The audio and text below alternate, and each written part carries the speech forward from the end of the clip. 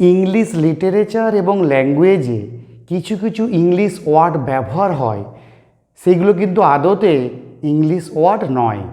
অন্যান্য ভাষা থেকে ইংরেজি ভাষা এসে সেগুলো সমৃদ্ধ করেছে ইংরেজি ভাষাকে।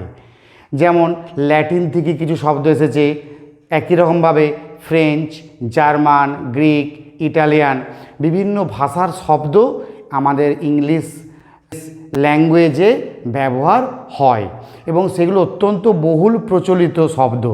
সেই রকমই কিছু শব্দ আজকে আমি আলোচনা করব।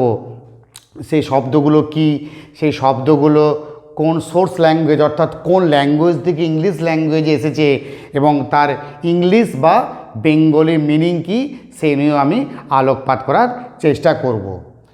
প্রথম শব্দ সাব জুডিস, এইটা একটা লিগ্যাল টার্ম।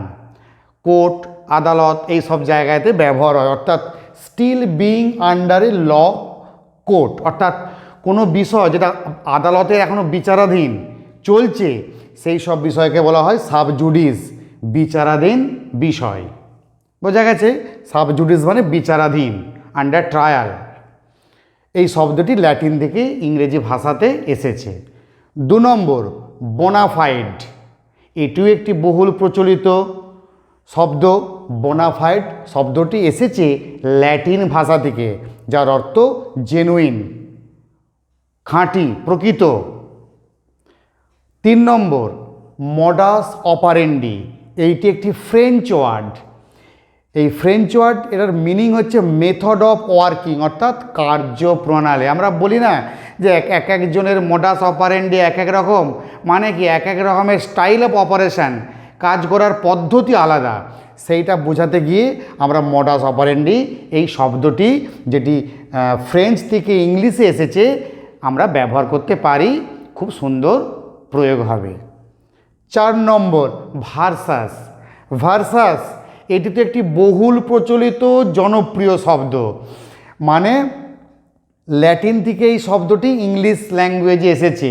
ভার্সাস মানে আমরা সবাই জানি, সবাই খেলা দেখি, এগেনস্ট, বিপক্ষে বা বনাম, একে অপরের বিপক্ষে, উমুক টিম ভার্সাস উমুক টিম, এই অর্থে বোঝাতে গিয়ে আমরা এই ল্যাটিন শব্দ ভার্সাসটি ইংলিশে এখন ব্যাপকভাবে ব্যবহার করে থাকি। ভাইস ভার্সা, এইটিও একটি ল্যাটিন শব্দ। এটির বাংলা মানে উল্টোভাবে, ইংরেজিতে বললে হয় দি আদার ওয়ে অ্যারাউন্ড। এইটা তোমরা দেখবে অনেক সময় তোমাদের যে ছাত্রছাত্রীরা মাধ্যমিক উচ্চ মাধ্যমিক স্তরে যখন গ্রামার প্র্যাকটিস করতে লেখা থাকতো change the sentence from interrogative two assertive and vice versa, মানে কি উল্টোটা, ইন্টারোগেটিভকে অ্যাসার্টিভ করো, অ্যাসার্টিভ সেন্টেন্সকে ইন্টারোগেটিভ করো, ভাইস ভার্সা, যেটা থাকবে তার উল্টোটা। 6 নম্বর পার ক্যাপিটা, এটা একটা ইকোনমিক্যাল টার্ম, মানে পার হেড, মাথা পিছু, বলে না পার capital income, per head income, এই শব্দ পার ক্যাপিটা, এটিও একটি ল্যাটিন শব্দ, ইংরেজি সাহিত্যে লিটারেচারে ব্যাপকভাবে ব্যবহার হয়।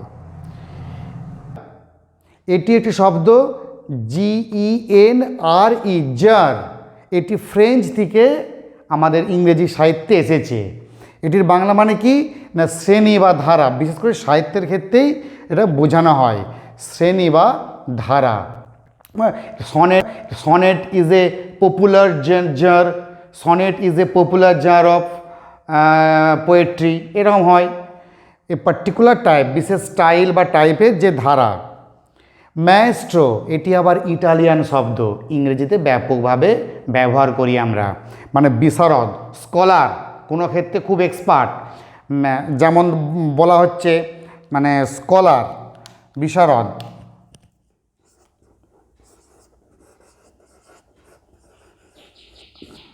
শরৎ ম্যাস্ট্রো, শরৎ বিশারদ, যে কোনো ক্ষেত্রে, বিশেষ করে সাহিত্য, শিক্ষা, সংস্কৃতি এই ক্ষেত্রেই এই টার্মটা বেশি ব্যবহার হয়। এই ইটালিয়ান শব্দটি হলো ম্যাস্ট্রো। তোমরা ভালো করে এই রকম এই 8টি শব্দ সম্বন্ধে জানতে পারলে এবং এগুলো কোন ল্যাঙ্গুয়েজ থেকে ইংলিশ ল্যাঙ্গুয়েজ এসে সেটাও জানতে পারলে এবং এটার অর্থ সেটাও জানতে পারলে। শুধু এরকম 8টা নয়, এরকম আরও বহু বিদেশি ভাষার শব্দ ইংরেজি সাহিত্যে ব্যবহার হয়। সেগুলোও তোমাদেরকে আমি জানিয়ে দেবার পরে চেষ্টা করব। তোমরা ভালোভাবে ভিডিওটি দেখে উপকৃত হলে আমার খুবই ভালো লাগবে।